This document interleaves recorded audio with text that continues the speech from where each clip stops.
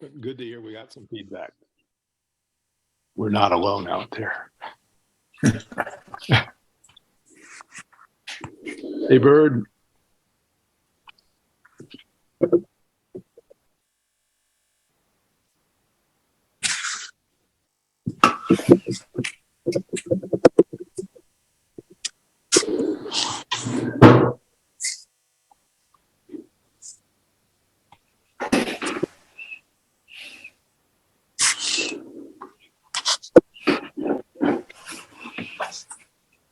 Okay, well, it is 5:30, and we will go ahead and call the meeting to order of the Humboldt County Human Rights Commission.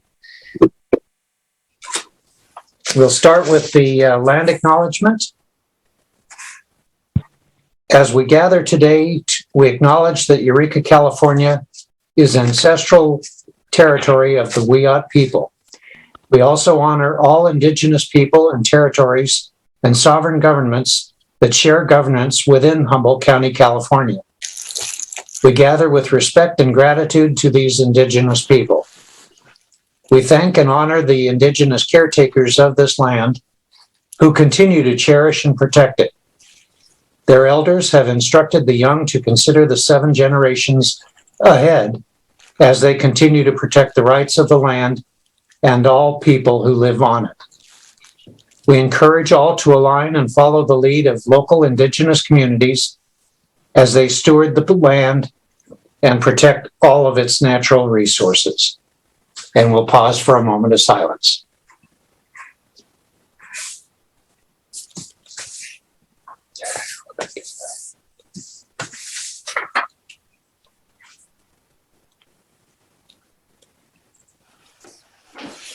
Okay, I'm going to pause for just a second. I have to do something here.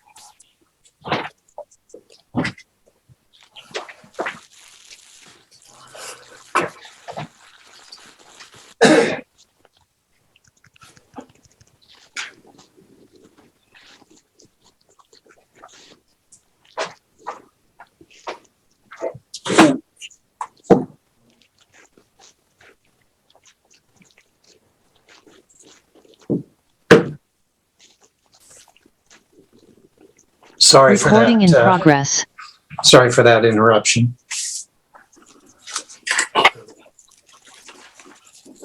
Carol, if you could call the roll, please. Yes. District 1, Jim Glover. Here. Carol Larson, here. Bird Lochte. Here. District 2, Larry Miller. Here. Diatso Perkins. Here. District 3, Guy Arnoff. Here. Jamie Jensen. Here. Ellen Murphy. Here. District 4, Mary Lyons is excused. Yes. Eddie Morgan. He's absent, I guess. District 5, Lisa Sundberg, she's excused. Correct. And the guest. She is here. Okay. Okay, thank you very much, Carol. Opening notes, just a brief comment before we start. I wanted to mention that this has been an interesting week or so. No sooner had we adopted a policy of rapid response for the media in issues related to the human rights of Humboldt County, but 2 situations where a response was quickly needed. Although a tweak or 2 may be in order for future responses, we appeared to have achieved some result. Discussion. That is the reason we have a new business item on this agenda that relates directly to our recent media distribution. The public should know and must know that we can disagree on an individual or an organizational approach to their viewpoint without condoning or endorsing the activities to which they object. At this point, item number 5 would be the approval of the minutes of the previous meeting. So move. Okay. You've got any corrections that were submitted to you, Carol? Just the ones that I included from Bird. Right. You don't need a motion. If there are no further corrections, then they can be accepted as presented. And that's what we'll do. Thank you very much. That's for October 6th. Next item on the agenda is the treasurer's report. Guy? Boring as usual.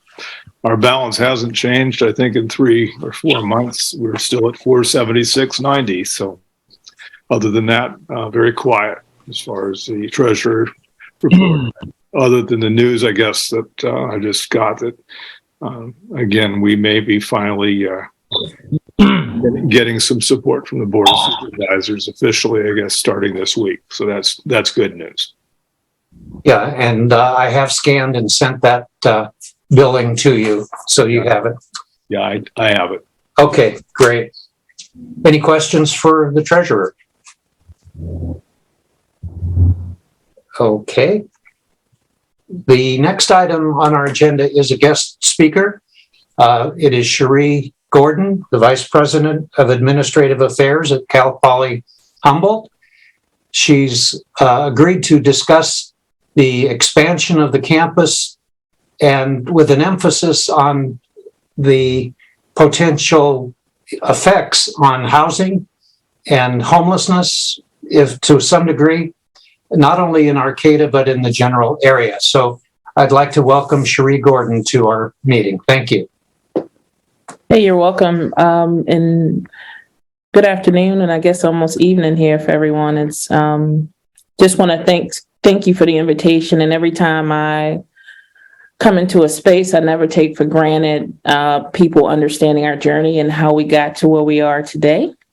And so if you'll give me the space, I'm going to move rapidly through our journey, pivot mostly into our physical footprint, give you insight, if you haven't, on the structures we're working on, how we're prioritizing resources related to land acquisition, also talking through some of those impacts in the community, and what our focuses are on in our campus physical planning efforts underway, which is really people focused and centric, both not only on our campus, but in our community as a whole.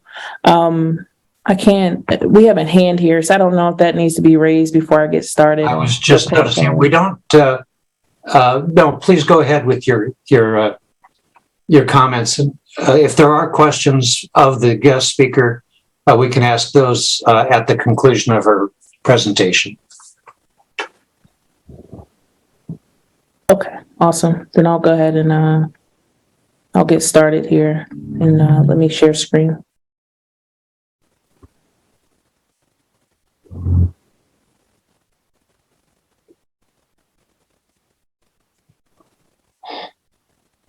Bear with me. I have a few monitors, so I'm gonna work through here. Can you see this? Yes. Awesome. So for those that do not know, in spring of 2020, actually at the height of the pandemic, we underwent strategic planning from the direction of President Jackson, and he was very intentional in that he wanted to make sure this was a collaborative effort. We were coming in and as a new administration, and we had a very robust strategic plan. We were also dealing with what's called accreditation through our accreditation agency. And at that time, it was a challenge really for us to really assess our progress to date. And so we pivoted and focused on strategic planning for a few reasons, to making sure it was united amongst administration, faculty, and student leadership, and making sure there was a very collective effort. And we focused that in on 6 areas. And those 6 areas were our academic roadmap. We talk a lot now about all of our new academic programs, but believe it or not, until we started this strategic planning program, the only new program we've had in a number of years was the new nursing program that we were working to get launched. So we were pretty dormant in our planning, strategic planning around academic master planning, if you will. The other was community collaboration and shared success, employee engagement and success, which is even more important now in this climate coming out of the pandemic. Future-proofing our organization, and that really means to organizational efficiency and process improvement, and resource stewardship and sustainability, managing our fiscal resources, our physical resources, which we'll talk about today, our sustainability efforts, and then last but definitely not least is students' experience and success. And so we pivoted, and we were laser focused on planning in these areas with over 100 people engaged across these different working groups. And it was important for a few things to make sure we were, one, working together with a clear direction. We had to really focus in on our enrollment and recruitment. Also, we had some challenges pre-pandemic, but it actually accentuated during the pandemic, our fiscal challenges on aligning our resources and making sure we strengthen our relationships in the community. And just everyone really being on the same page and aligned with our vision and where we were headed in the future. And as a result of that, we completed a 5-year strategic plan. So this work was already going pre-Polytechnic discussions or designation, and was really a great time for us. We were able to do that also while we shifted to emergency operational structure and managing EOC. So we say internally as a joke, the struggle is real, because it was a challenging time, obviously, for not only our community, but our campus navigating the pandemic. But we're also dealing with managing, aligning our resources, but moving the campus along strategically and together and planning. And we were able to do that, but then also pivot. Definitely unexpected, but, got the opportunity from the former Chancellor White, who sent the request to President Jackson to put in to conduct a feasibility study. And that's when we shifted. Literally, the timing just worked from strategic planning into Polytechnic planning about the opportunity. What many don't know is we were moving with a 10-year planning period with the expectation we would fund this ourselves. So if you go back, when I talk about we were realigning resources, we were going through some realignment of resources at the same time, coming up with a multi-year plan on how to realize this with our own funding over a 10-year period. And we were just fortunate with the gift that we received from the governor and the state to support this opportunity. And so while we were planning, we started this process without that funding in mind. And as we went along, we shifted a bit. And so here I'd like to give people an understanding of the timeline of how aggressive it was, us working through that time frame to go through feasibility planning, getting drafts, consultation, and getting a report to the CSU in September for board review. And then eventually, obviously, January of 22, getting approval for that designation. And so this was the structure for those engaged in the feasibility planning. And you'll see themes when I talk about strategic planning, this implementation, and when we transition to our physical footprint and how we're managing that internally. We were very deliberate again, and we focused in on these 6 or 7 areas that help build out our perspective, which is a pretty comprehensive report. And again, these are areas of focus of who we are as a poly. We've been very strategic in saying that we don't want to be a slow at Pomona. We really want to focus on our STEM and applied sciences, but have a strong grounding in who we are as an institution, on our values around social justice, liberal arts, being a 21st century polytechnic institution, and really expanding our experience for our students, not only just on campus, but in the community through place-based learning communities. So here's just a snapshot of our programs. I will tell you, this is our North Star right now. I have to give my colleague, our provost, and our faculty a lot of credit. We have gotten in a very efficient and accelerated pace 8 new programs, bachelor programs, 1 master's program, and 3 certificate programs approved. And right now, we are laser focused on ensuring that we are ready to welcome those students into our programs in fall of 23. And that may seem simple, but to add on 12 at one time is complex, from new spaces for offices to laboratories, technology, equipment, etc. are a lot of the things we're working through. And at the same time, while we're doing that, we're pivoting to do some reimagination about our new programs that'll come behind that in 2026 and 2029. So transitioning out of that, we talked about the funding and really prioritize those in 4 areas: our academic growth, supporting our programming, housing, technology, not only just broadband technology, but technology on our campus, and then other strategic investments. So we shifted. And one thing we always remind people is that when we went through this planning effort, the notion of doubling our enrollment was not new. Campus had done planning years ago with a master plan of considering this university being at 12,000 FTEs, but sometimes people think it just started with this planning process. This was grounded on historical work. It just aligned with the ambitious vision of the university as we stand today. And just a recap of the funding: 25 ongoing and 433 million in one time to support infrastructure. And I'll tell you that 433 that was approved last fiscal year won't go as far with cost escalation and where we are right now with our economy. So we're trying to move as fast, as efficient as we can with some of these projects. All right, so implementation really quick. You'll see themes in planning. So we got the money, we did the prospectus, we got approved, we received the money.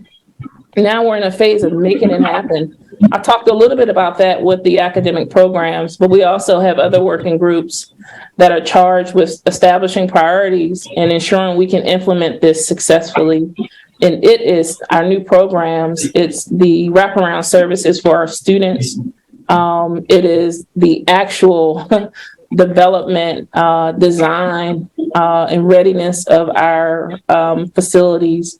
It is the communication and rebranding portion of the work, and also marketing to students to enhance awareness about who we are as a polytechnic, but also recruiting prospective student athletes to meet these enrollment goals and targets. And we talked a little bit, I won't go into detail about that today, but technology and infrastructure.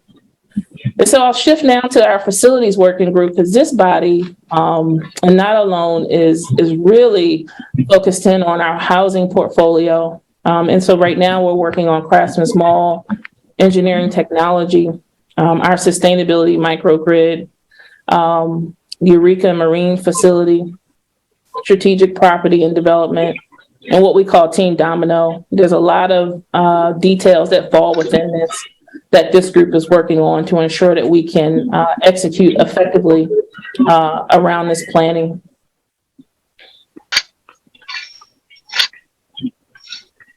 We talked a little bit about the programs. I'm going to shift forward to the projects. And what's really important for this group to note that we're in a unique place where we received money to start this in a very accelerated place.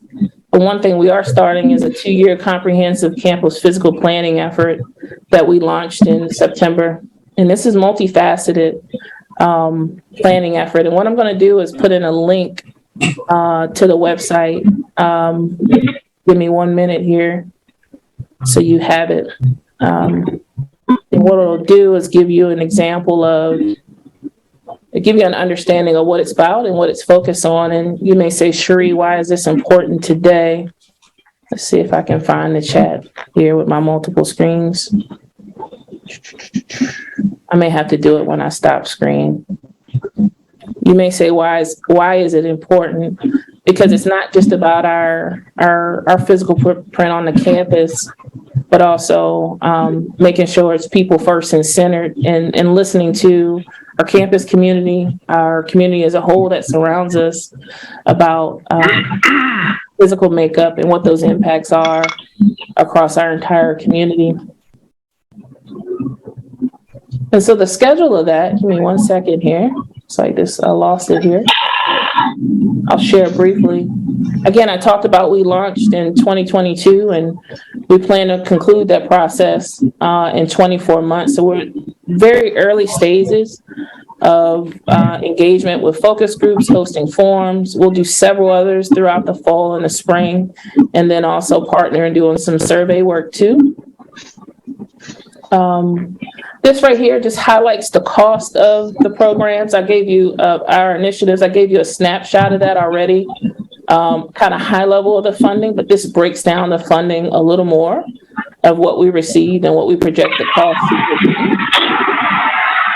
For our academic programs, our engineering technology building, which will have housing, our science renovation, our applied research and climate resilient facility, which will be on campus, and then other technical work that we're working on, more infrastructure related on campus. And then this is our housing acquisitions. And what I talked about a little more is the broadband and technology portion of our work. So quickly, our buildings. One is our engineering and technology building, and this is just a rendering of that. Like a right meeting. No. Could everybody please mute? Sorry.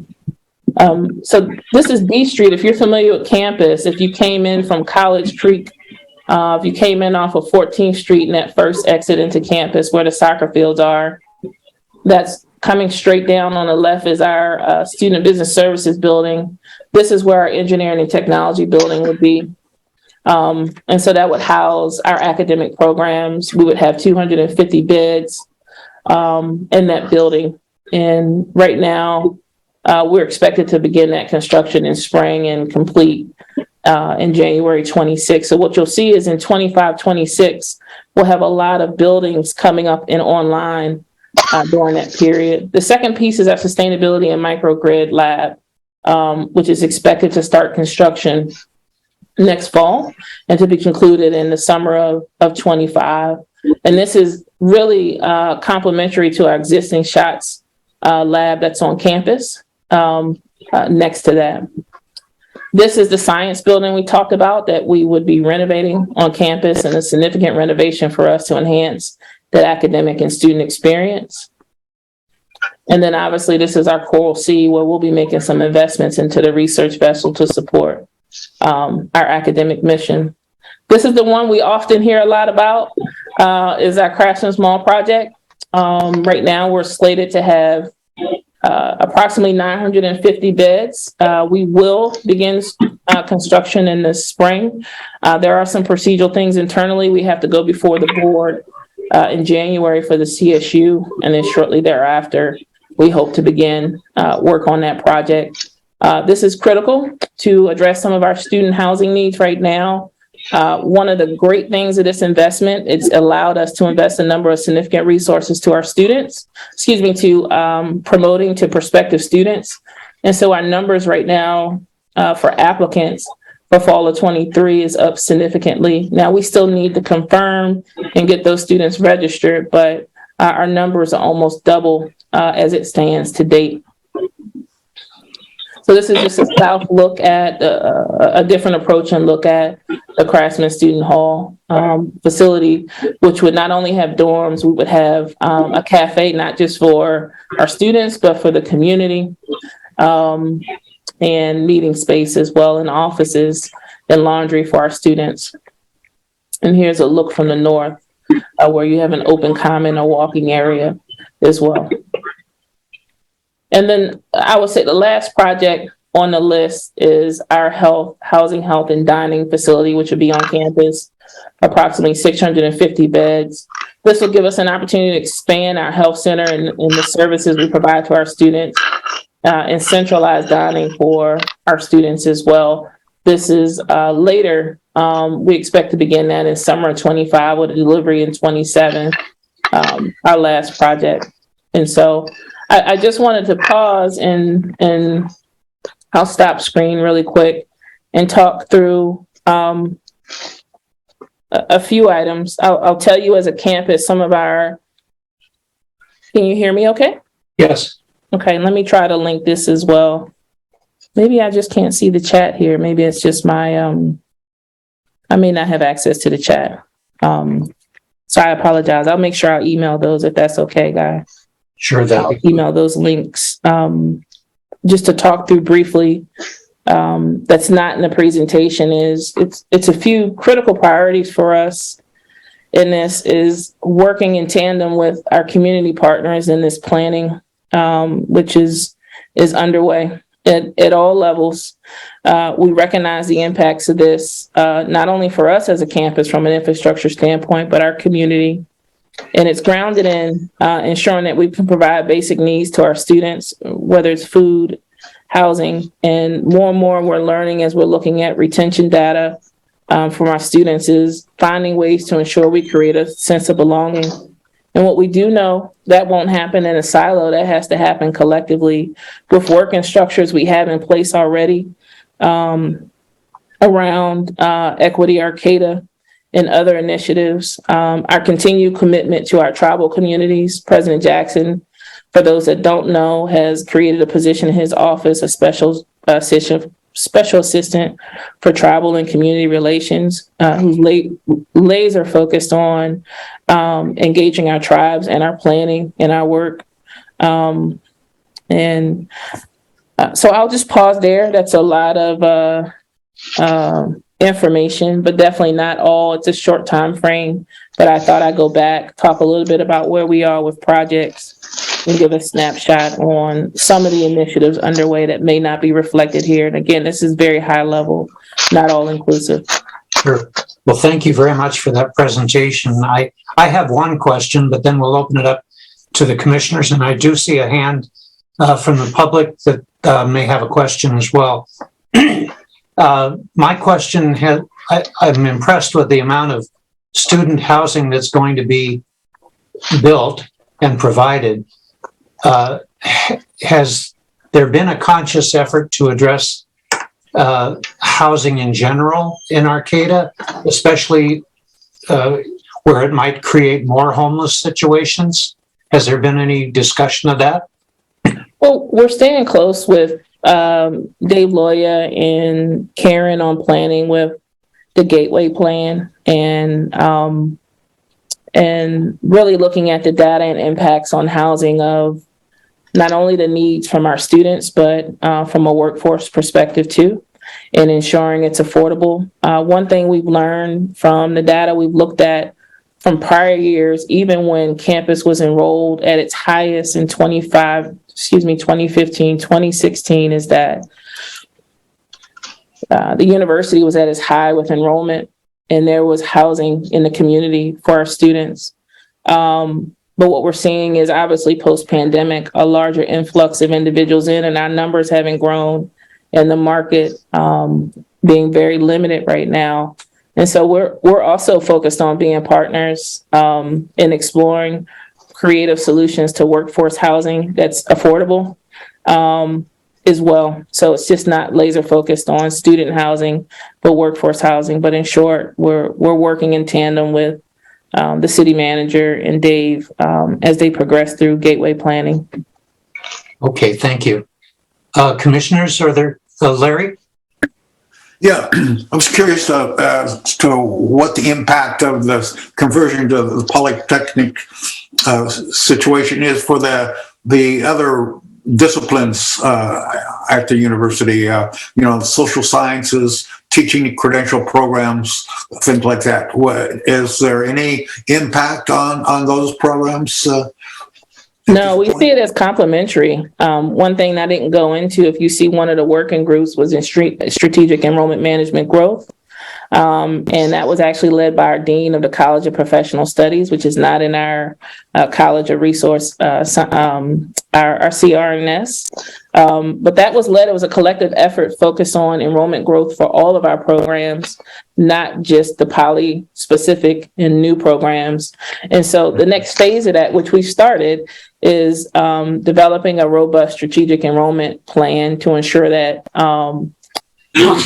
clear goals, outcomes that are measurable and accountable for us to meet this. That's not just focused on the new programs, but all. And a critical starting point for that was giving faculty and chairs the ability to vision around what growth could be in those programs. So that'll be incorporated in our planning. We actually have a deadline to get that completed in February, which we'll share broadly, which will be more robust. And it really will help us to see not only how we enroll students in our new, but just all of our programs as beyond. But we see it as really complementary to what we're already doing. And as I said before, we're grounding everything into our core and our strengths as in liberal arts as well.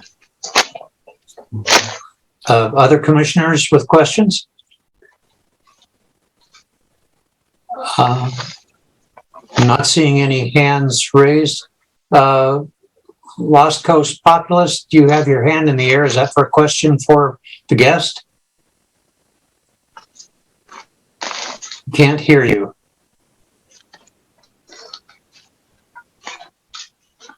Unmute yourself. I don't think he's muted.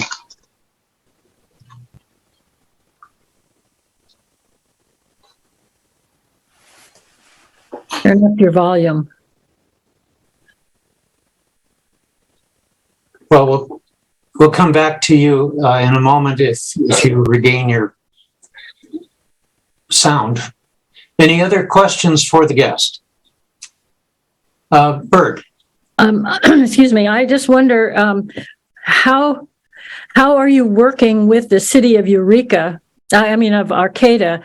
I hear charges that there's not enough communication between the university and the city in terms of housing and so forth. So we do have specific strategies that you're using to improve that kind of communication.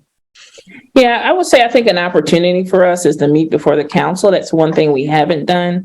But with the mayor, the city staff, we actually work very intimately with them on all of our planning. That's something that's built into the structure, whether it was related to our new infrastructure projects or existing, down to just easement and pathways right now. There was work recently done off of Sunset related to campus. We partner and work with the city on. So I would just say that's built into our normal infrastructure. I think we always have an opportunity. I think we can take advantage of us just speaking at the council and providing some clarity around the work. We're also working with Arcata Fire Board on some planning as well. We've had a great initial meeting with them, and my AVP for FM will be working with that group on some planning that will include hopefully the city in on as well. That focuses on not just fire related to supporting our new dormitory, but for community as a whole, because it's not just a poly issue, a Cal Poly Humboldt issue, it's a community issue. But in short, I think it could be, we can always do better in communicating. I think we're working to build structures to better communicate as a whole, not just in Arcata community as a whole about the work. But I'll tell you, we are this is moving fast and we're extremely busy, and that engagement with the city is normal business practice with us. We actually have standing by weekly, we have quarterly operational meetings, and then we have monthly meetings with the mayor and city manager. And then our team operationally is working closely with all the team members of Karen around our planning efforts. Okay. Any other commissioners? Let me try Lost Coast again. Did you get your volume back? Apparently not. Okay. Guy, go ahead then. And you're muted. Just one other quick question. We just heard about the Samoa building. I don't know if you're able to talk much on that, but do you know when construction will start on the project that we heard about yesterday? We don't have an exact date. Senator McGuire was really excited and got to the point where he finalize those resources being allocated. We are in our infancy right now with both academic program leaders sharing what those needs are. Our press conference really articulated high level what they are, but our next step is to finalize a scope that both campuses are comfortable with, and then develop an RFP to go out for the project. So that is something we're trying to get completed in the next few weeks to get posted, hopefully before the holidays. And then once we get it posted, I think we'll be able to put out a more robust timeline. And that's why we were being very broad with the 24 to 36 months, because it's really going to get past the initial planning and vision work. But that's our goal, to move as expeditious as possible, because we want to make sure that the funding goes as far as it can to realize the vision of both universities in serving our healthcare needs. Thank you. Mm-hmm. We're going to have to wrap it up, but I'll give Lost Coast one more opportunity. Did you get it fixed? Yeah, I think so. Can you hear me? Oh, yes, we can now. Go ahead. Okay, sorry. I just wanted to say that you guys might want to update what is listed on the county page, because only looking at that, I assume there was an in-person meeting today. And I know it says so on the agenda that it's Zoom only, but on the county page, it still says that there's an in-person meeting at the first Thursday of every month. Okay, that's a good point to make, although we haven't met in person for 2 years. I know. I haven't went to one of these before, but also going back to the commenter from HSU, I do have a comment on that as well. Sure, go ahead. First off, I'd just like to say I know that you're just an employee of HSU, so my comment is not directed at you. It's at HSU, just from my experience as a student there. I stopped going about a year ago, but I'm just wondering if there's been any efforts to kind of make it a more politically diverse environment. Because when I was going there, just being like a kind of a libertarian political stance, I felt like really, uncomfortable to the point of not being welcome there almost. I'm not going to name names, but I had one class where just for saying the term international banker, the teacher went through these like loops, to put words in my mouth from, text that's all based, it's opinion-based text from the class that says that, if you say international banker, that equivocates to anti-Semitic hate speech. And just that kind of just isolation of people, and that's all I'm curious about. Is there been any efforts to make it a more politically diverse environment? Because if we're only like having teachers and accepting viewpoints from one political side, it's not really welcoming to everybody in the county, everyone in the state, and it's not a productive learning environment, just because, you can't have an active discussion when anybody with an opposing viewpoint just gets railroaded. And that brings me to my other question. I know CR just dropped their vaccine mandate. Is HSU planning to do so in turn? Sure, I hope you'll keep questions to the point of the visitor's subject matter. Okay. I'm sorry. I thought she was, an employee with HSU, so she might. Well, she is, but her purpose in being here is to talk about Cal Poly expansion. Cal Poly expansion? Okay. Would you like me to address the questions?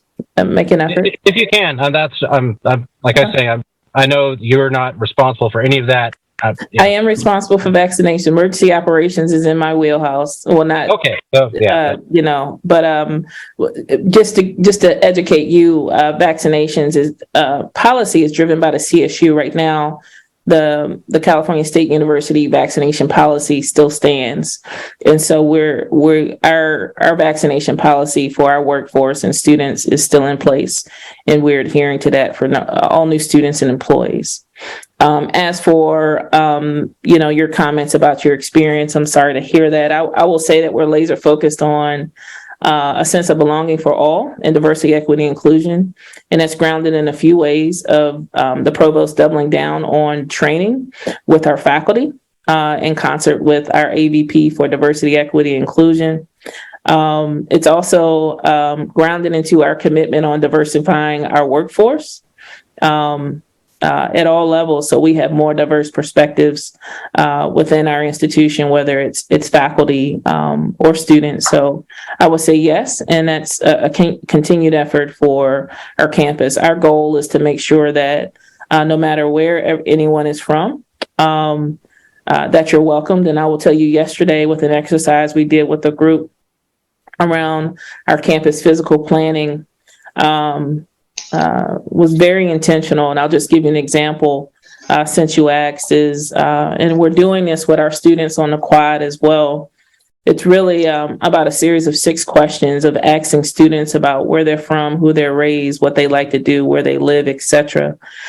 And the result of that is a bit startling in the sense that it brings back to the perspective themes that each and every one of our students, and same with our employees, are different from race, gender, age, their political backgrounds, what creates a sense of belonging for them, etc. So for us as a campus, it just really emphasizes our need and continued commitment to making sure our approaches organizationally in the classroom to our support services and how we service our students is through the lens of that everyone is unique and different. And the critical and most important of that is creating a sense of place and welcoming people as who they are. And so I'll just share that. I'll be glad to take one more question if the second Lost Coast populist is a different person than who just asked a question. Or is it a duplication? No, I'm a different person. Sorry about that. Yeah, we just work for the same news organization, so like our handles have the same handle. We're actually, as soon as I saw that on here, I immediately was like, this is probably something we should address and make it a little clearer that we're separate people. Okay, you have so sorry about that. Sorry about the confusion there. It's all right. I just wanted the last question. Oh, sorry, what's that? You get the last question. Oh, thank you. So I wanted to first say that Sherry is an amazing presenter on this topic. I've sat actually through about 3 different Cal Poly presentations, and I want to say that this is the best one so far. Yeah, and sincerely, like you basically I like the cadence in which you speak, honestly. So it might just be biased, but a lot of them speak too fast, and you kind of break things down to where I could just listen and really digest it. So I really appreciated that. I actually learned more in this presentation than previous ones. What I wanted to ask you about too is just because I heard Ash bring it up and I wasn't prepared for this, and I just read this, Redwood College just removed their entire vaccination policy as pertains to COVID-19. I just wanted to throw that out to you. So I just figured you could maybe look at that, take that back to your team, and it might maybe change Cal Poly's direction, because it kind of make you guys an outlier. So that's all. Yeah, thank you for that. Now I'll just reiterate, our policy is driven at the system level. And so that's something from the CSU executive staff and consultation. But, it's not a campus decision. We are abiding by the CSU vaccination policy. I believe that's something that's under review, but there's no final decisions on that to date. So right now we're just focused on being compliant with the existing policy as it stands, and really trying to educate our workforce on additional resources out there just to stay safe during this time of year. Awesome. Thank you so much. You're welcome. Well, Cherie, thank you very much for joining us tonight. This has been very helpful. If at some point you feel you have some new information to supply to the Human Rights Commission and the public, we'd be more than happy to have you come back. Yeah, no, I appreciate that. We will. I'm working on putting together some pieces in collateral. So I'll make sure that I add you to the list to share so you have, and the hope is to do a better job to the question that, is it Miss Bird? Is I'm pronouncing your name correctly? Yes, Birdlocke. Lucky. To your question about communication, really we're working rapidly to try to enhance that. And we recognize we don't have the bandwidth fully because we're in the trenches planning. And so got some external support to help with that. So we'll definitely make sure that we include you in those communication efforts as we move forward. And always would love to come back because this is just high level, very high level. It's a lot of great work going on and it's hard to fully articulate. Yeah. All right. Well, thank you very much, Cherie. Have a great day. Thanks for the invite. Bye-bye. Okay, the next item on the agenda is public comment. Since we have several people here that are not normally here, I think I need to go through our policy on public comment so that we all operate on the same information. If a member of the public speaks and requests assistance on a non-agenda item, the commission may not take any action or propose any solutions, but the citizens may be given a resource card for contact information relevant to their issue. The citizen may be given a complaint intake form for the purposes of adding to a future agenda of the next regular Human Rights Commission meeting.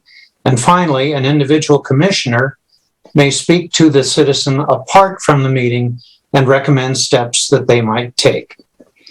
Members of the public will each be allowed to speak on agenda items once during the discussion, usually at the end of a commissioner's comments and prior to any action or vote by the commission. Time to speak will be closely monitored at 3 minutes per person. Is there anybody that has any public comment on a non-agenda item? I just wanted to check and see, and what a lot of us probably are here to discuss is the group being determined a hate group at the Pride. That item is under new business, and it does come later in the meeting. Okay, then I have no comment on non-agenda items. Okay, thank you. Anybody else? Okay, there doesn't appear to be any comment on non-agenda items. So we'll go through the next item, which is communications. I wanted to let everybody know that I shared with Guy a billing, which he now has from the central office. I also wanted to share a communication from Lisa Sundberg. We know she's absent, but she did send a message to everybody, and it says, "Hi all. I'm at the National Congress of American Indians this week. I won't be able to attend today's meeting. I will pick up the native piece this month. Please extend it." I will. Pardon? Okay. If you, I will say that Murdered and Missing Natives organization in Hoopa have been trying to get the sheriff to sign off for over a year to allow the BIA to take over the cases that haven't been solved. They need our help. Anyway, she wanted to send that message on in lieu of the fact that she can't be here tonight. The next item on the agenda would be message line report. First would be Bird Lochte for the first part of the month. I was really lucky. My 2 weeks, I had one call, and it was someone from the jail. I turned it over to Larry, and he took care of it for me. Thank you, Larry. No problem. That's what I'm supposed to do. And because you only had the one, I had several. Anyway, they were basically all handled, resource cards being one of them. One person calling regarding housing and help from DHHS. Another one from another inmate from the correctional facility who was referred to Larry. Yet another one was complaining about inadequate assistance from IHHS and Adult Protective Services. I didn't have a lot of success with that one in that the recommendation I gave to her was to try starting over again because she was complaining a lot about how she had been handled. At first, she said she would try it that way. And then she responded by saying she didn't think she owed anybody another try. So I can't say that that was resolved very well. Another one was a photograph, which will be shared later in the meeting, from a constituent in McKinleyville. And then I had a couple of interactions regarding the protest at the Halloween Pride Party. And then lastly, I had a call from someone that wanted me to call back, sounded like it was important, but the phone number he gave me did not connect me to him. So unfortunate that way. And wait, one more. No, that's not. So that's all I have. Do we want to assign people for the month of February? Or do we have volunteers for it? I'll take the end of the month, Jim. It's Larry. 16th through the 28th, I guess? Yeah. Okay. And this is Carol, I'll take the first part. Okay, 1st through the 15th. Okay, thank you. And also, Jim, Yes. I received one phone call that was yesterday, and they asked for the correct Human Rights Commission meeting date and time. Right. Offline, I can give you the correct last name because I do know who that was. Thank you. Okay, you betcha. Before we move on, Larry, do you have anything to report from the correctional facilities? Well, the two calls that requested the Human Rights Commission talked with them. I did. The one was the one that Bird sent me. I did. I think it was on the 20th. I was able to talk with the gentleman. He his situation had changed since he had made his initial call, but he had been in isolation and was very unhappy with the food, claiming it was rotten. He also felt that the jailers didn't have adequate medical training because he was a diabetic and was getting real close to going into diabetic shock. But fortunately, apparently, one of the staff nurses came and recognized his situation and made intervention, and he claims saved his life. Again, he it was out of isolation, and he felt his situation had improved tremendously, and he was going to be released soon. So that was kind of the end of it at that point. The other one, Jim, the liaison has not yet set up a phone call with that person, but I'm awaiting that as well. That seems to be taking a while, doesn't it? Yeah, it does. It took, I don't know what we can do about that, but that particular person has called in the past. She had some issues that,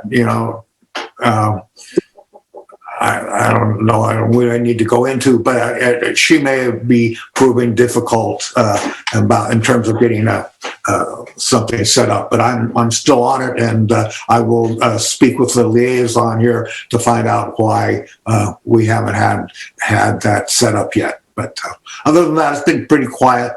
So yeah, really nothing else to report. If anybody has any questions, I would be happy to answer them. Any questions for Larry? Currently, you covered it. Thank you, Larry. Yeah. Next is standing committee reports, sanctuary ordinance. I don't believe you've had any reason to meet, but Guy, maybe you can tell me otherwise. No, we haven't met. And the only news I can give you is we have a speaker, I think, that will be addressing some of that in January. So, Okay, great. And the other standing committee is Human Trafficking Fund. There's nothing new to report there. Ad hoc committee reports, racism and cultural awareness. This would be Carol.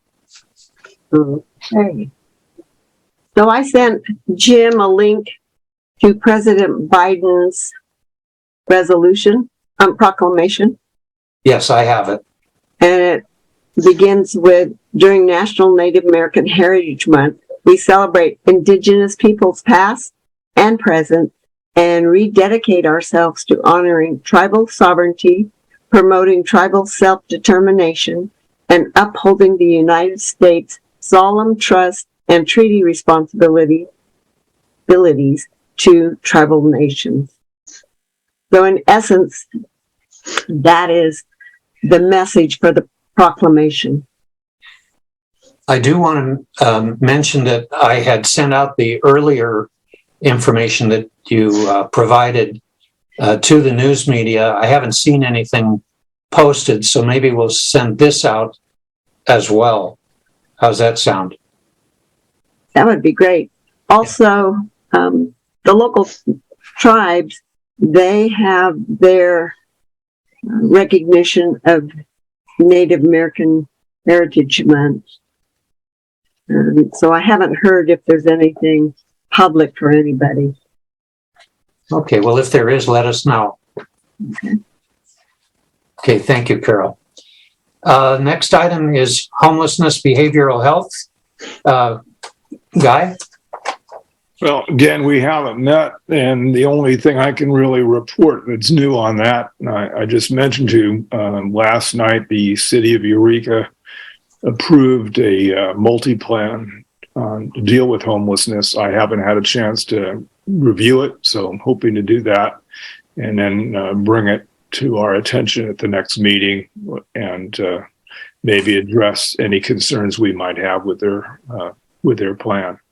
But I'm just very glad to see them at least addressing the issue. And this is obviously, statewide, national issue. And it seems like it's getting the attention it deserves these days. Okay, any questions for Guy? All right.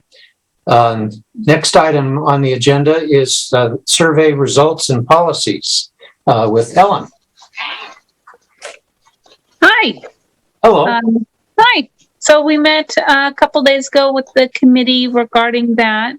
One of the things that we were trying to come up with was some policies to recommend to the Board of Supervisors.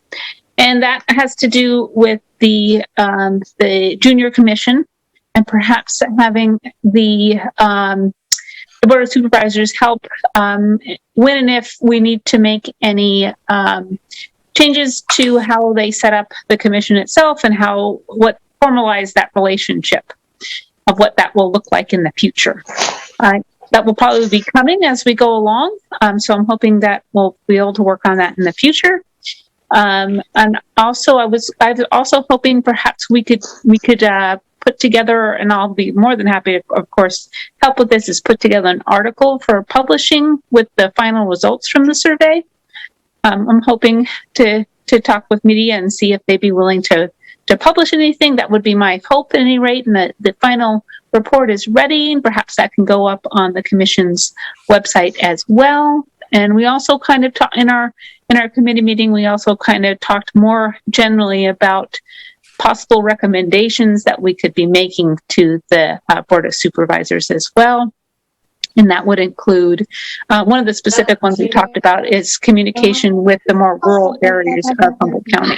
And I think that's about it, unless Bert or Jim, can you think of anything else that we talked about that we would want to mention? No, I think you got it. Good job, Ellen. Thank you. You've got some competition here. Okay, thank you, Ellen. The logo committee meeting.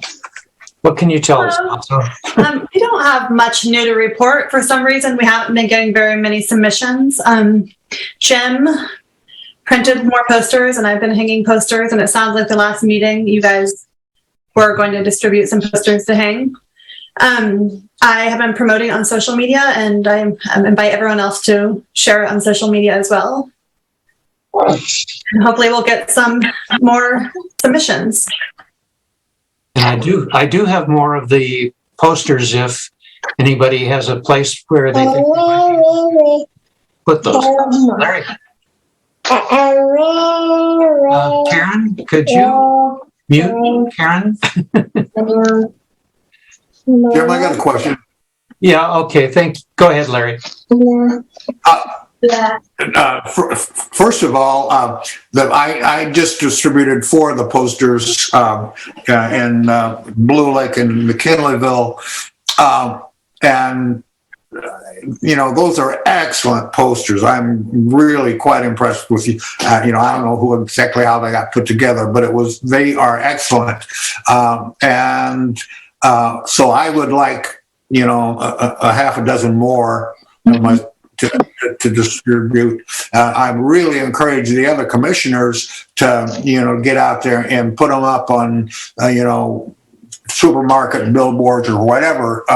And finally, I was wondering if the ink people had been contacted to try to get their support. They have a large group of artists that might be interested.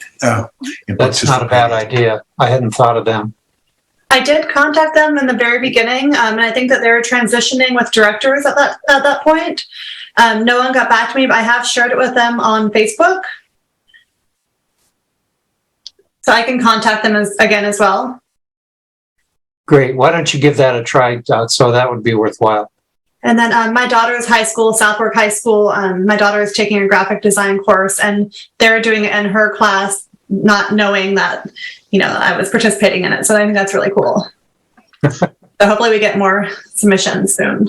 It might. Bird?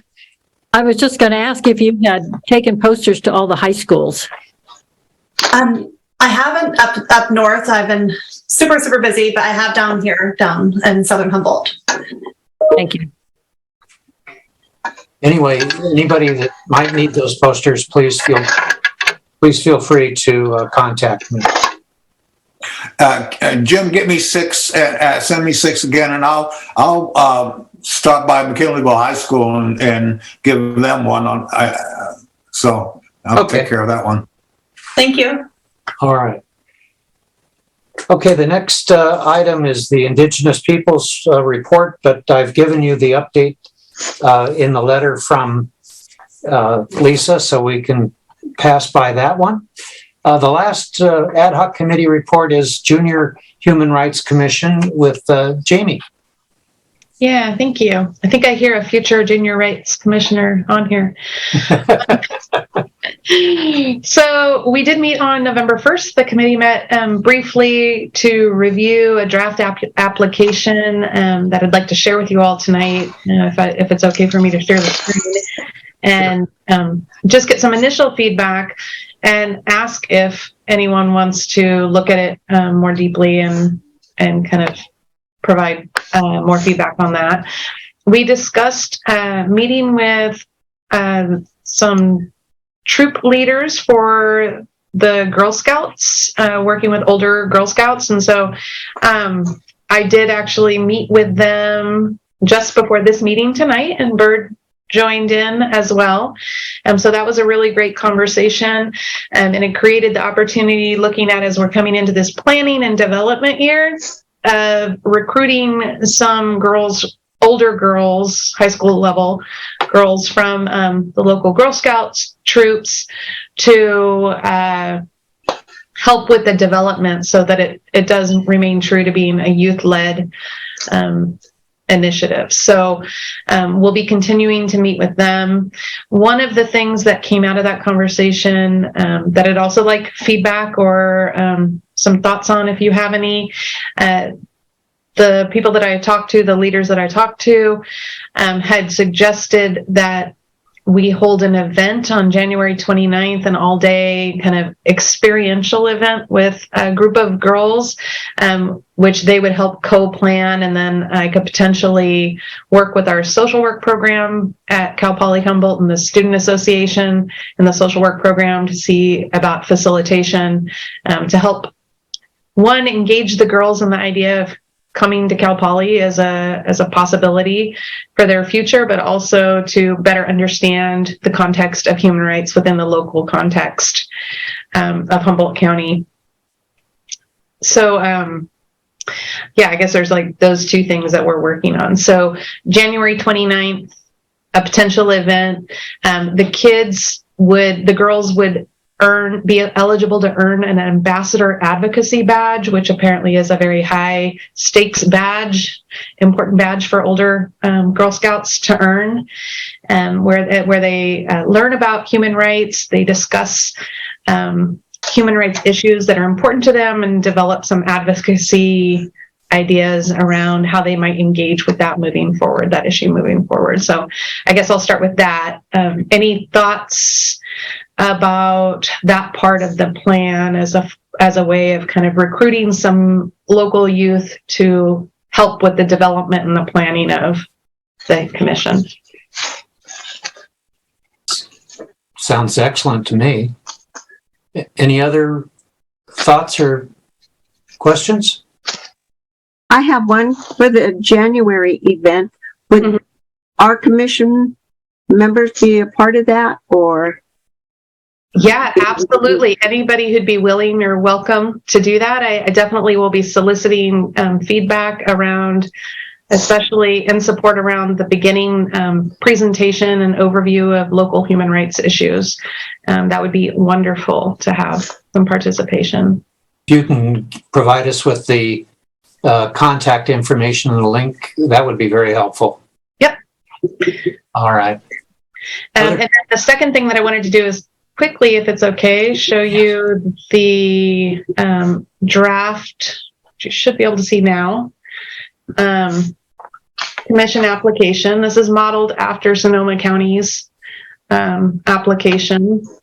So it's just a Google document or a Google form that collects information about the age of the youth, contact information, what school they attend, what grade they're in.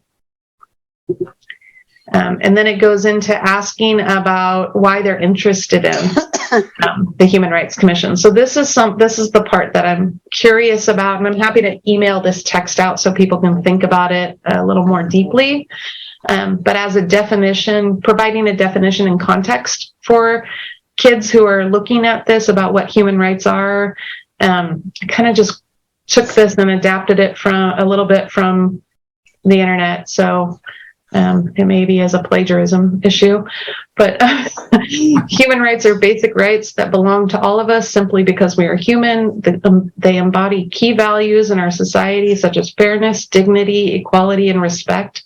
They are an important means of protection for us all, and especially those who may face abuse, neglect, and isolation.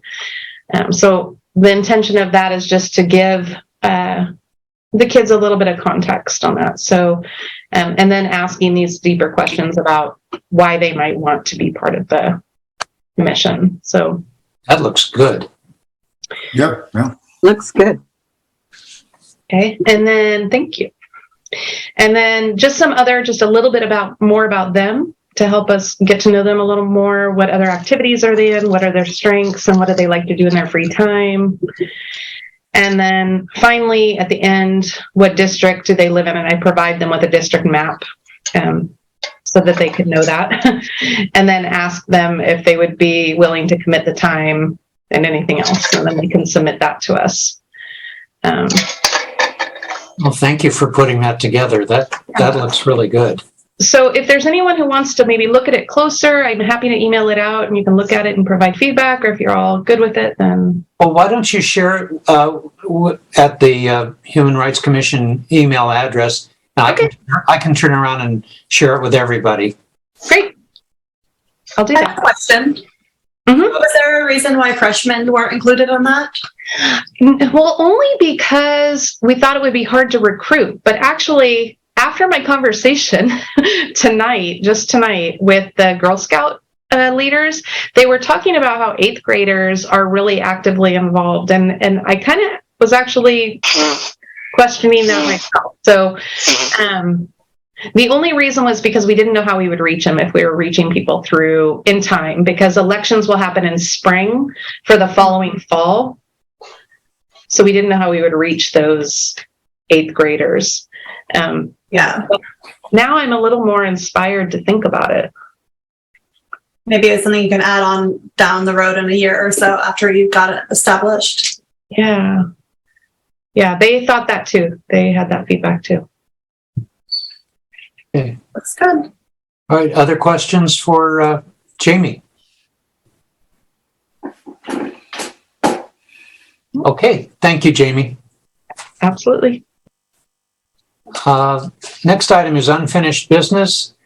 Simply to let you know that the Human Rights Awareness Month proclamation has been submitted to the county and will be presented on December 6th. I'll be there to accept it on behalf of the commission. It'll be part of the consent calendar, but if anybody else would like to be there as well, you're certainly welcome to be there. It'll also be presented to the Arcata City Council.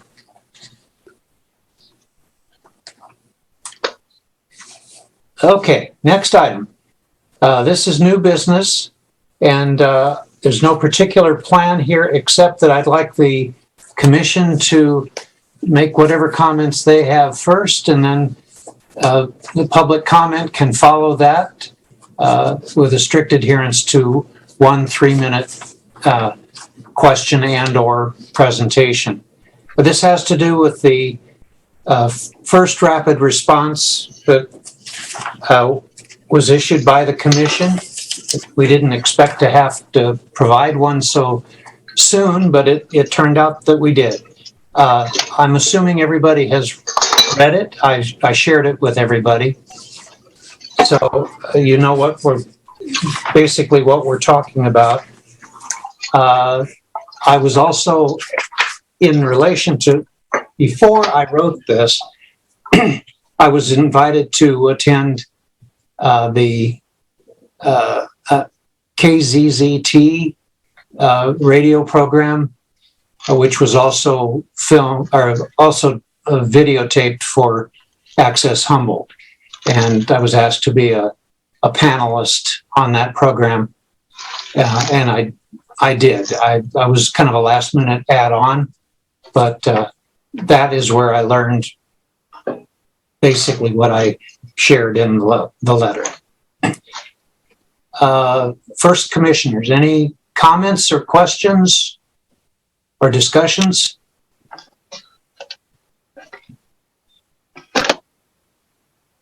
Okay, Bert.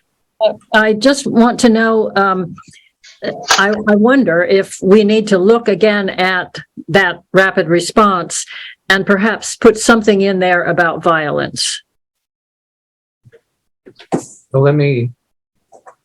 So I don't know whether this is the place to put it, but I do think that the way things are happening in our country right now, I think maybe we have to be even more specific about, not accepting this. It's unacceptable behavior, and any violence is completely unacceptable. I don't know how we're going to word it, but I just think that we need to consider that. Well, after I wrote this particular piece, I realized that there could have been one or two places where slightly better word choices might have been made. So let me put something together and send it out to the commissioners for everybody to look at. How's that sound? Okay. I have a quick question about, can you share the rapid response on your screen, or can you direct us to where we can find that information for those of us who don't have it? Well, I can read it. I don't have it set up for the screen. Okay, thank you. But first, are there any other commissioners with questions or comments? Okay, well, I'll get to Lost Coast here in just a moment, but here's what I wrote. The Humboldt County Human Rights Commission has just been made aware of incidents of hate speech and threats of violence against the LGBTQ community. If the alleged attacks or threats are fully credible, our commissioners consider such behavior to be unacceptable and wishes to condemn those involved in such activities. Recently, a family-oriented Halloween party was disrupted in Eureka by a group of people who appear to have had intimidation as their goal. Likewise, a citizen hiking the Hammond Trail in McKinleyville found a derogatory sticker attached to a bench. I have that photo that I can share with you. The HCHRC is charged with eliminating discrimination throughout our county, and we will call out anyone who attacks the rights of others. As chair, I will, well, as you know, we did place it on the agenda for this meeting. Members of the public are invited to comment on the agenda items. Well, basically, that's the heart of it. The rest of it's just the details about why we're having this discussion now. Jim, this is Carol. Can you share the date of that publication?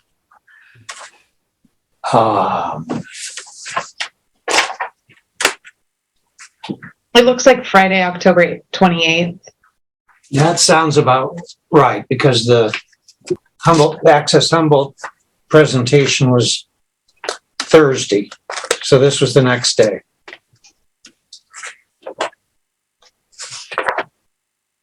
Yeah, it was the 28th of October. Okay, well, seeing no other comments from the commissioners, I'll take the Lost Coast Outpost on my, I mean, not Lost Coast Outpost, Lost Coast Populist on my left, which is the one with the picture of the person.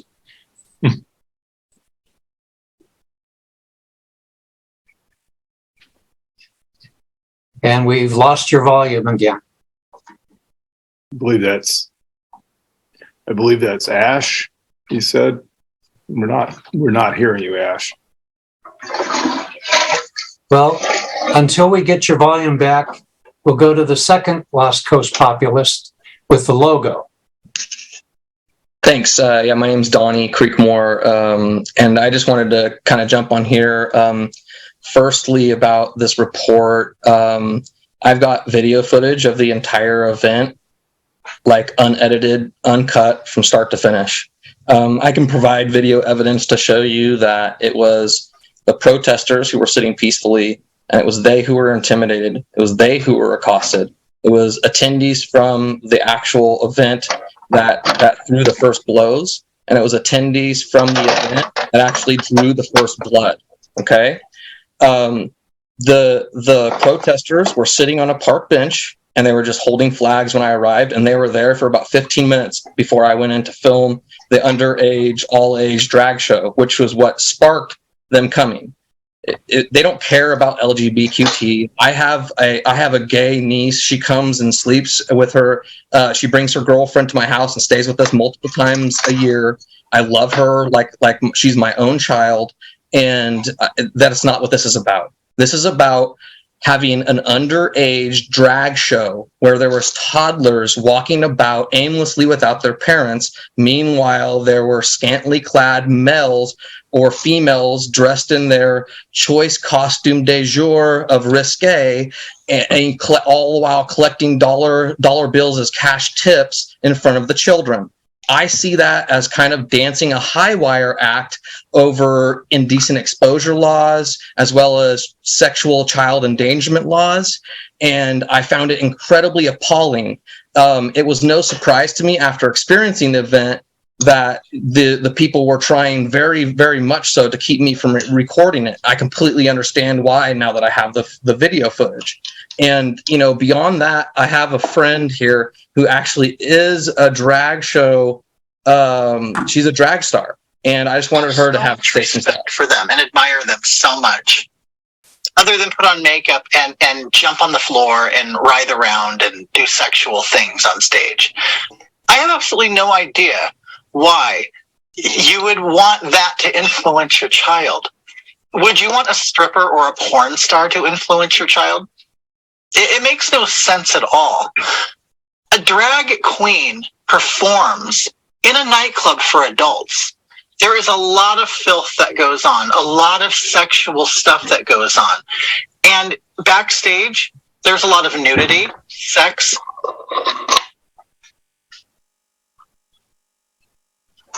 and drugs. Okay? So I don't think to explore. They could explore dressing up at home like we all did, like all gay boys did. We all dressed at home and we You are cutting had a out. great time.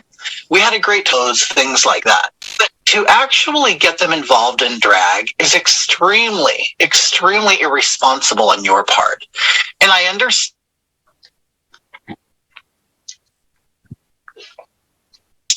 you might want to look like that you're not a Nazi, that you're not a homophobe, whatever it may be. But you can raise your child to be just a normal, regular, everyday child without including them things. And honestly, you're not doing the gay community any favors. In fact, you're hurting us, okay? We have already had a reputation of being pedophiles and being perverts and deviants. We don't need you to bring your children around. So you keep your kids at home or take them to Disneyland or take them to Chuck E. Cheese. But if you need your child to be entertained by a big human in a costume or in makeup, take them to the circus or something. When they turn 18, then why don't you take them to the clubs on their 18th birthday, because it's an adult thing, okay? So don't ruin your child's life and don't ruin us, because that's what you're doing. That's all I have to say. Okay, thank you. The next, I'll just go from left to right on my screen. Liberty Lady. Yeah. Oh. Pardon? I was just checking my audio's back, but I'll wait till after she goes. Oh, okay, let's give it another try. Okay, so you can hear me. Just Yes. okay. So, anyways, I'm Ash Teeter. I sent you the email. I'm not sure if you had time to read it or check out the videos in it, but I also went to this event just out of curiosity, because it is, I mean, it's something that is sweeping our nation. And if you're on like the more like left or liberal side of things, you might not really be seeing it in your news sources. So I encourage you to look it up and see what some of these other shows around the country look like, because they can get pretty bad. And like around here, we suffer from this kind of left wing media bias. And if you're on that side, you might not notice it. But and being that you put out your statement like with only hearing from one side of the people, that kind of illustrates it in a way. And because if you talk to some of the other people who were there to protest it, they claimed that they were sitting there peacefully protesting on the bench when people from inside the event came and started to escalate things. And then people on both sides kind of got in each other's faces and said mean stuff. And by the end of it, people apologized to each other. But it still doesn't excuse any of it. But on that's kind of missing the point of what's been going on. People have completely been denying that there is lewd conduct. And I'm going to change to like a picture here. And I want you to look closely at that. That's not my image anymore. And I really don't enjoy bringing this forward, but that's from the second act of the show. I didn't attend that part of the show, but I just want you to think if that is appropriate for 3-year-old children to be exposed to. I mean, my mom, she's a teacher of 40 years, just retired. She took one look at that, and she said that is a CPS call in the making, okay? So I'm going to turn that off because I don't want to look at it, and I doubt you do either. I just want to let you know, Ash, that that information that you sent to me was shared with all of the commissioners. Okay, thank you. I appreciate that. But I also want to speak about just the dangers of exposing children to sexualized dance acts with a cash exchange, because when we're talking about 3-year-old kids and a broad range of young children, but they see that kind of thing, a sexualized kind of act for a cash exchange. And that could be like a kind of, gateway thing. They talk about gateway drugs. What about gateway experiences that could lead to, other sex acts for cash? I'm just talking about a real concern of, kids that get, indoctrinated into doing things where they might not do so if they hadn't experienced anything like that.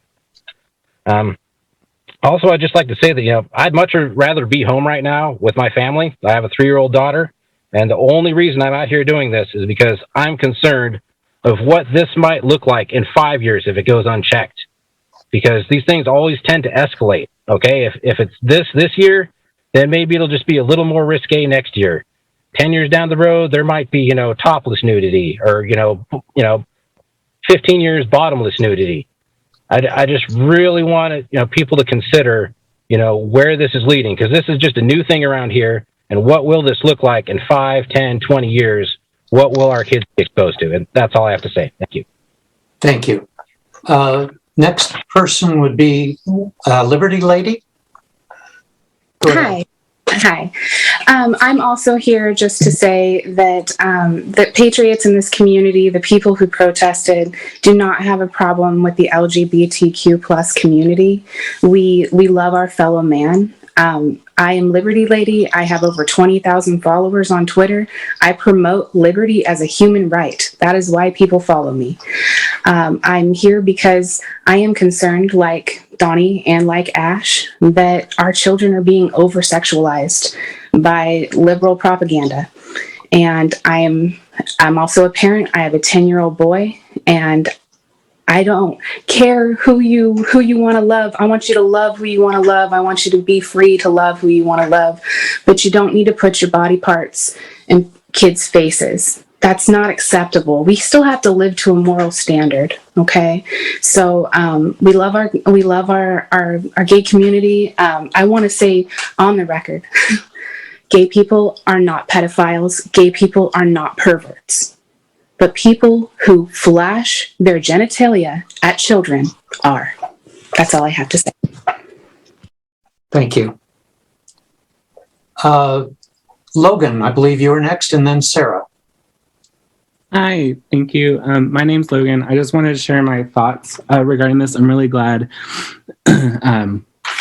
Ash talked about the CPS call. I'd like to point out that in this event, with protests, if there is resources available, and what was provided by this protesting group is not following proper protocol. This was a family-friendly event, and to protest in that way is public disturbance. I think it's interesting that with that concern, there's no adherence to legal protocol which currently exists. And to follow their point too, to say that there's no kind of queer bias into their conversation, I think that's partially true. I don't think there's a problem with the GLB community, but this appears to be largely an attack on the trans community and a conflation of gender and sexuality. The events of this protest created a very unsafe and unwelcoming environment for the trans community in Humboldt County. I appreciate this action to bring this forth, and I appreciate your attention on this matter. If you look at the research on the trans community, you can see that trans people are 63% at least of trans people tend to experience serious acts of discrimination, whether through assault, eviction, job loss, homelessness, medical care denial, or incarceration that's related to their identity. But an additional 23% are going to experience at least 3 acts of that discrimination, and it's the serious effects and the behaviors of this group and that protest that help propagate and continue to make that a reality for so many trans identities.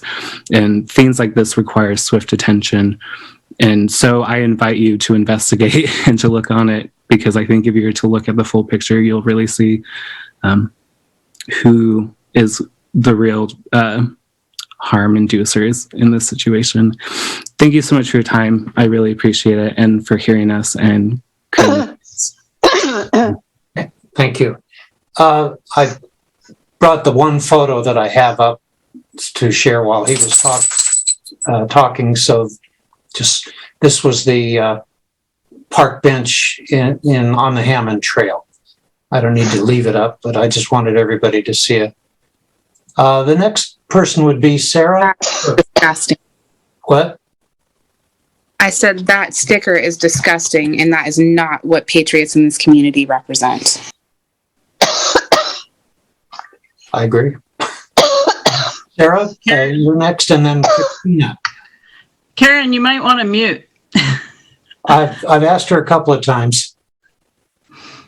Thank you for your time. I'm calling in to, or zooming in to support the Human Rights Commission and your statement and the LGBTQ community. I was not at this event, but I have learned about it, and I'm really disappointed in the people that are here claiming that they are open-minded or claiming that they're patriots at the same time as they are infringing on the rights of people in this community. And I think that it's really important that we remember that they don't have to bring their children to these events. Nobody was bringing any of their personal, attire to your home.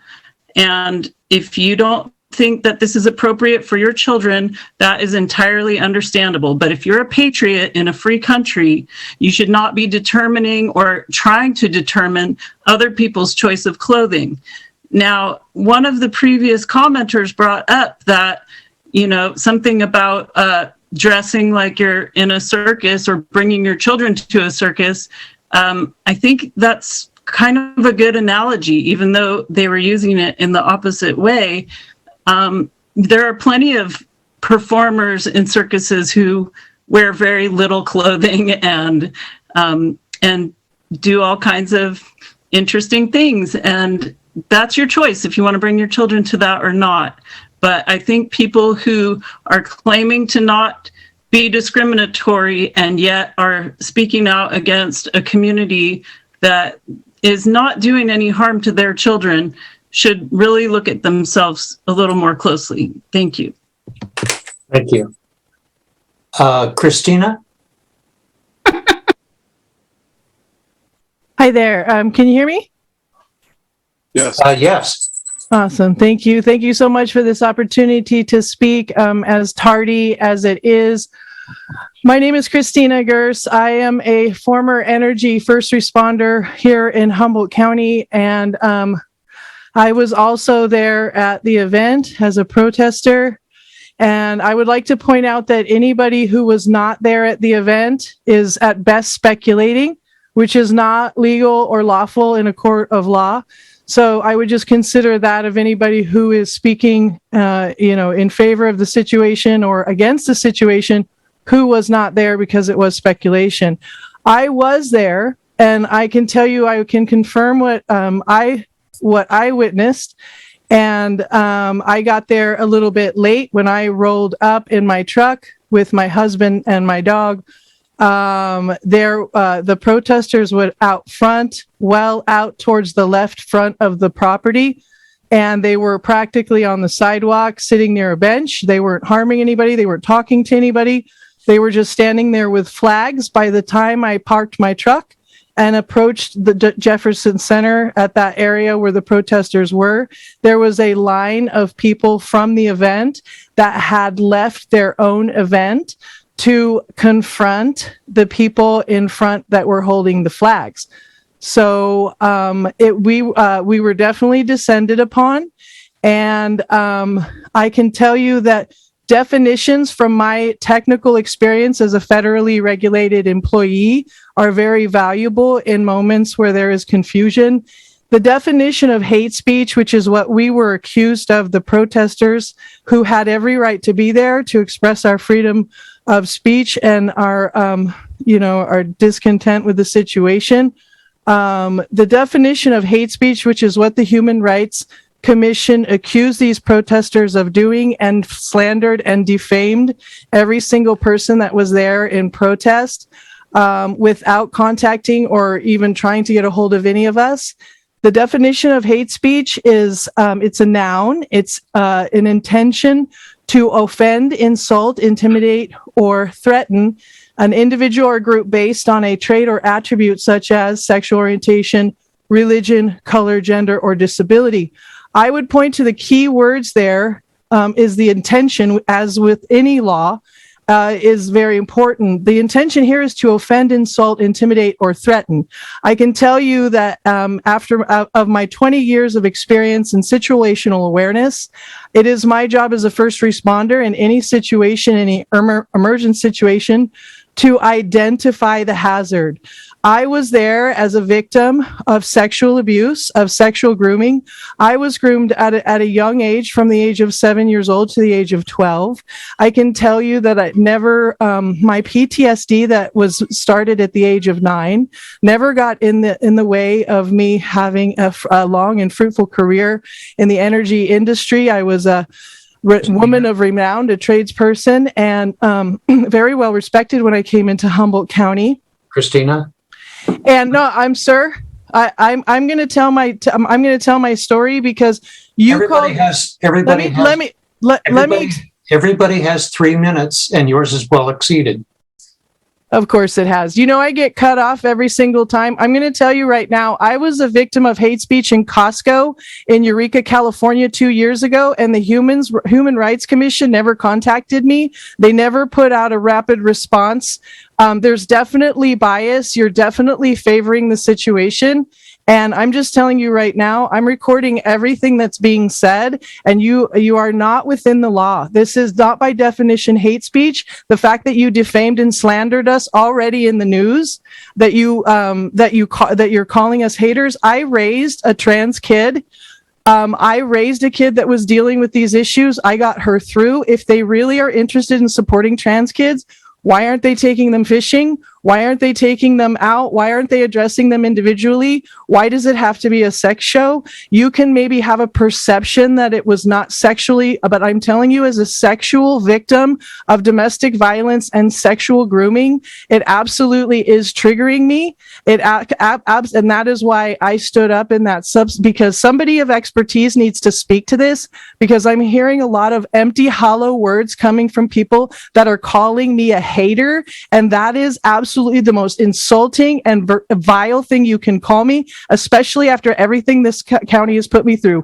I came as a high-functioning woman of renown and first responder to Humboldt County, and now I am applying for Social Security because of the hate coming from the left in this county. My PTSD has been I was surrounded twice by an angry mass mob, first at Grocery Outlet, then at Costco, and nobody from the Human Rights Commission called me once to apologize or to talk to me, and now you're defaming me in the news. I'm going to tell you right now, you are seriously treading on thin ice.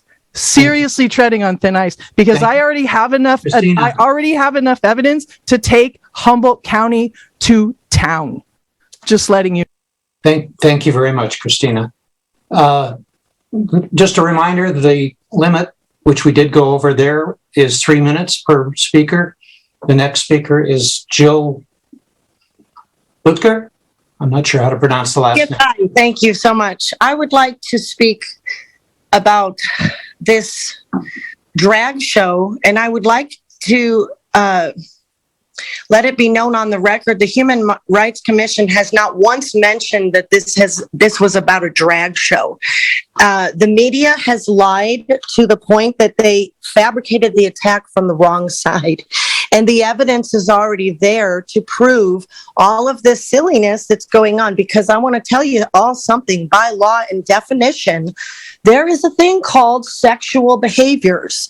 And there is a thing called mandated reporter, for which I am one. And that is why I was there, because I am a lawful woman on the land of this great California Republic.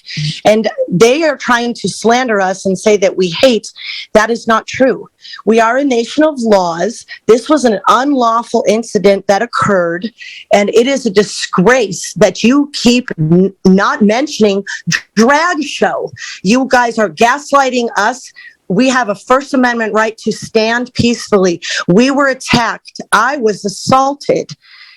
These are lewd acts. By definition, sexual behaviors are unwanted sexual advancements, offering employment benefits in exchange for sexual favors. That money exchange that went on is enough to deal with everything we need to deal with, okay? All of the grant money, all of the slander and defamation, the derogatory comments, epithets, slurs or jokes, graphic comments, sexually degrading words, suggestive or obscene messages or invitations, physical touching or assault, as well as impeding or blocking movements. These are sexual harassment behaviors. We are a nation of laws, and this was an unlawful event that occurred, and it's not the first one.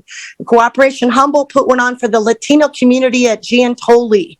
They are infiltrating the schools with this type of behavior. Sex is not the only thing that is important in the world. These children are not even in puberty.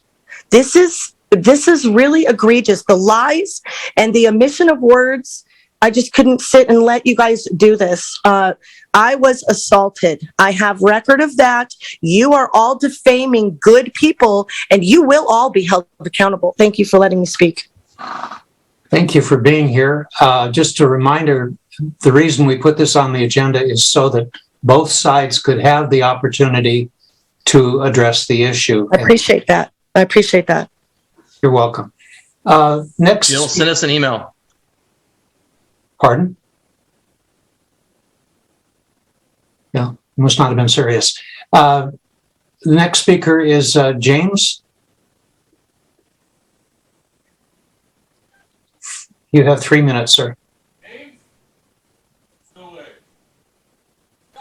You defamed us before you invited us to speak, by the way. Remember that. You defamed us and slandered us before you invited us to speak. Whoever's speaking, you're out of order. I'm here. Thank you, James. Go ahead.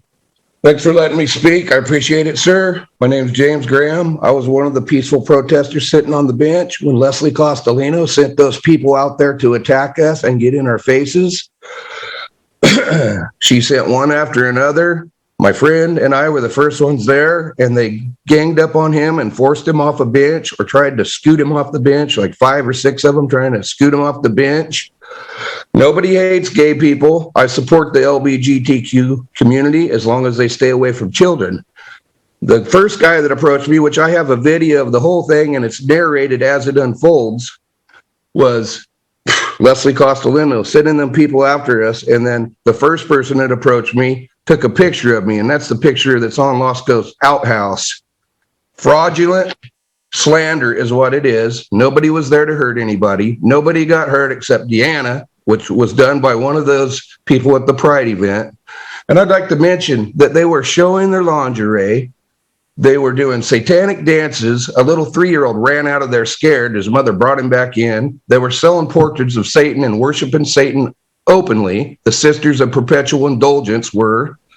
You can see photographs of them in Old Town where they say their water broke and Mark of the Beast, and they're celebrating that. Those people don't belong around any child, and neither do drag queens. They do not belong around little children, plain and simple. Los Dos Outpost, your fraudulent stories won't be tolerated. Nobody hates anybody. Nobody was there to cause any violence. Your agenda has been debunked. We've got about 50 videos to prove it. So quit talking about me. I've had it. Thank you. Thank you very much. Any other comments from the public or from the commission?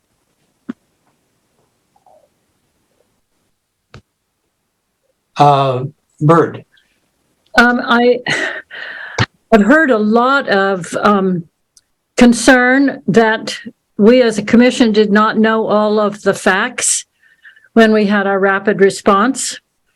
I feel a little bit responsible because I was the one who suggested we have something that was a rapid response.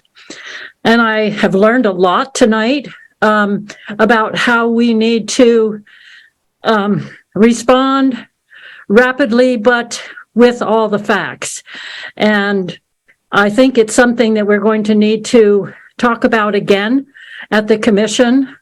I do think that people need to understand that we did say alleged and did not try to condemn anything other than what we heard as alleged disrespect. I'm sorry, but the damage has been done. I appreciate that, but you guys really did a lot of. Will you not interrupt the speaker?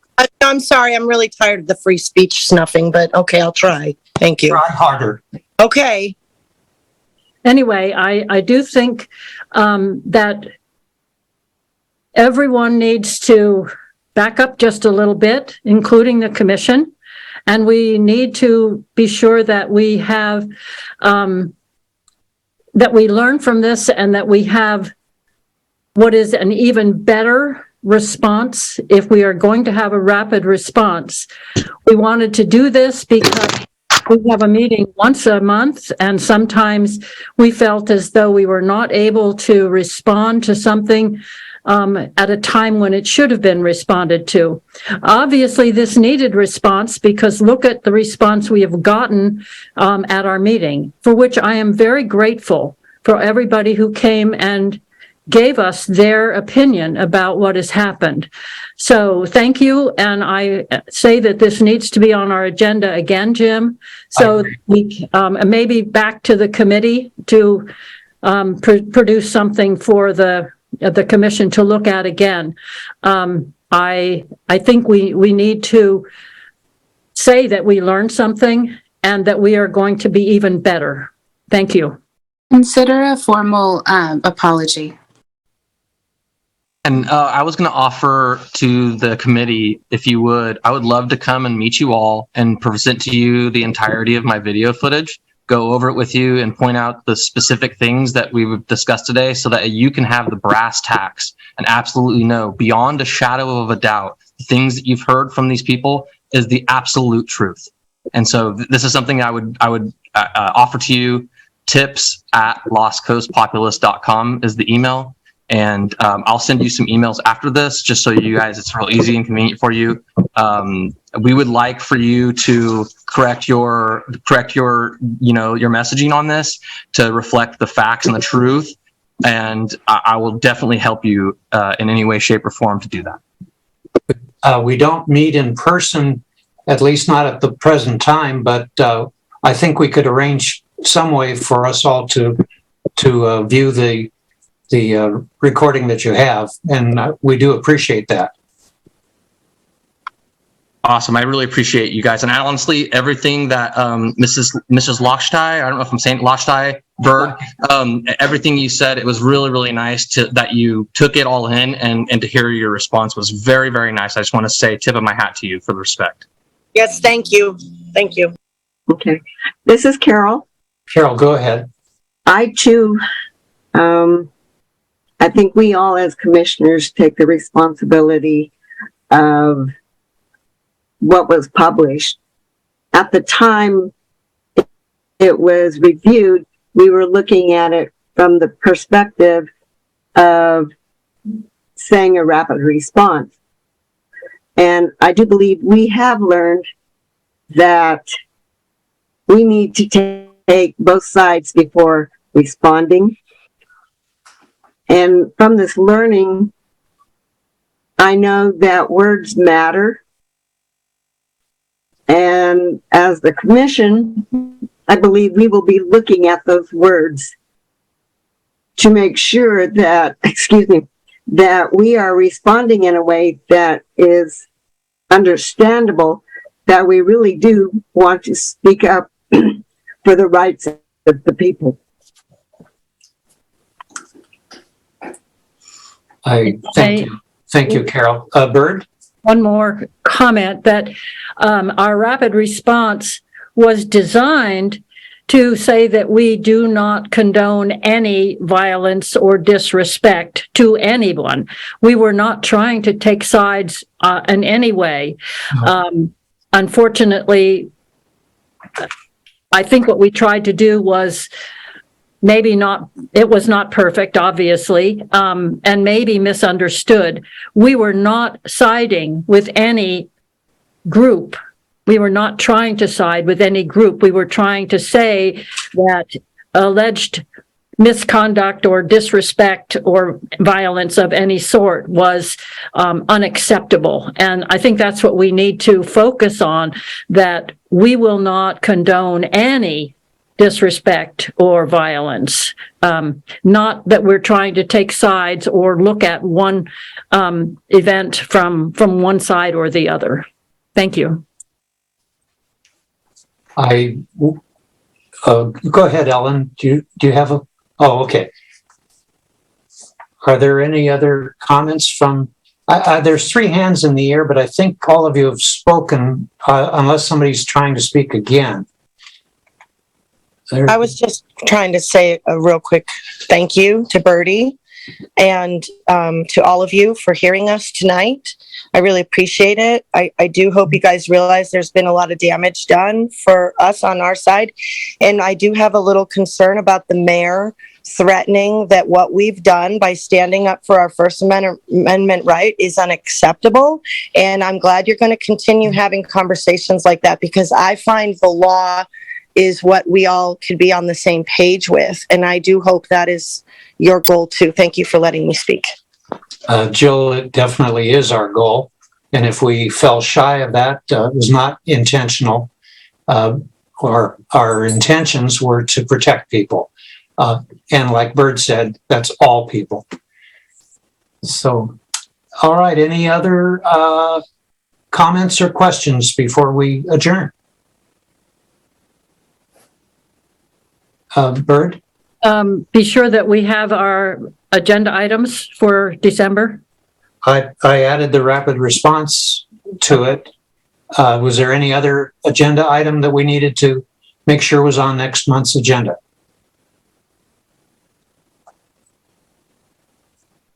Well, this is the hard way for us to get a larger audience, but it was nice to have you folks here, even though we may have been a little contentious at times. I will now call the meeting adjourned, and thank you very much for being here. Thank you guys. Super proud of you. Super proud of you. Absolutely.